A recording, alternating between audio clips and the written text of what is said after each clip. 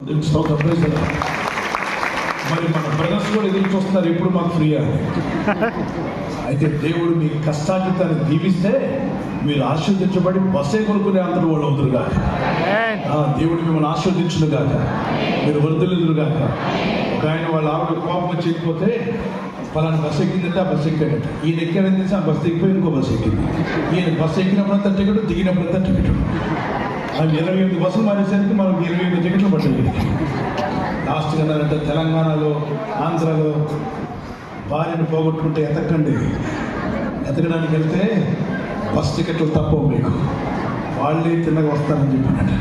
దయచేసి సిస్టర్స్ ఆ పని చేయరు. పురుషులారా మీరు ఇల్లు పెట్టి తిరగండి, కుటుంబాన్ని మంచిగా చూసుకోండి. గూడు విడిచి తిరిగిన పక్షి పాడైపోద్దని బైబిల్లో ఉంది. గూడు విడిచి తిరగకూడదు. భార్యను బిడ్డలు విడిచిపెట్టి వెళ్ళిపోకండి. గూడు విడిచి తిరిగే పక్షికి హాని కలుగుతుంది. ఇల్లు వదిలిపెట్టి బాధ్యతలు పెట్టి తిరిగితే హాయిగా ఉందనుకుంటాం, కానీ భయంకరమైన శాపాలు వస్తాయి. అలా నువ్వు ఉండకూడదు. నీ భార్య బిడ్డలు కన్నీళ్ళతో ఉండడం దేవుడు చూస్తాడు. అలా చేయకూడదు. ఎప్పుడు వెంటనే కుటుంబంతో సాయంకాలం ఇంటికి చేరుకోవాలి. దేవుడు మిమ్మల్ని దీవించుగా. పాస్టర్ టైగర్స్ గారు చక్కగా దేవుడు వాడుకుంటున్నారు. విద్యుత్ గారు